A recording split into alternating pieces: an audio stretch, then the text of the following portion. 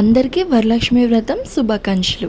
మా ఇంట్లో వరలక్ష్మి వ్రతం నేను ఎలా చేసుకున్నానో ఈ వీడియోలో చూసేయండి. ముందు రోజు నైట్ అమ్మవారిని సిద్ధం చేసి పెట్టుకున్నాను. నెక్స్ట్ డే మార్నింగ్ అమ్మవారికి పూలదండ వేసి పువ్వులతో అలంకరణ అయితే చేశాను. అమ్మ 4 o'clock లేచి పూజకు కావాల్సిన నైవేద్యాలన్నీ కూడా రెడీ చేసి పెట్టింది. పూజకు మేము చేసిన నైవేద్యాలు పరవన్నం, బూర్లు, గార్లు, కొమ్ము శనగలు, పులిహోర 5 రకాలైతే పెట్టాము. సలివిడి, వడపప్పు, పానకం.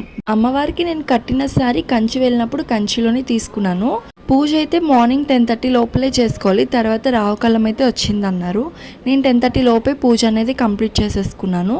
పూజ అయిపోయిన తర్వాత ఖచ్చితంగా హస్బెండ్ బ్లెస్సింగ్స్ అయితే తీసుకోవాలి.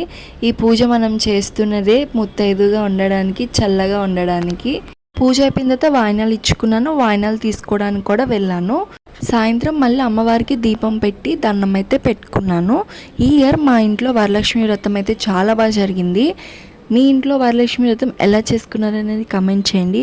మా వీడియోస్ మీకు నచ్చితే తప్పకుండా లైక్, షేర్ అండ్ సబ్స్క్రైబ్ చేసుకోవడం మర్చిపోకండి. మళ్ళీ నెక్స్ట్ వీడియో కలుసుకుందాం.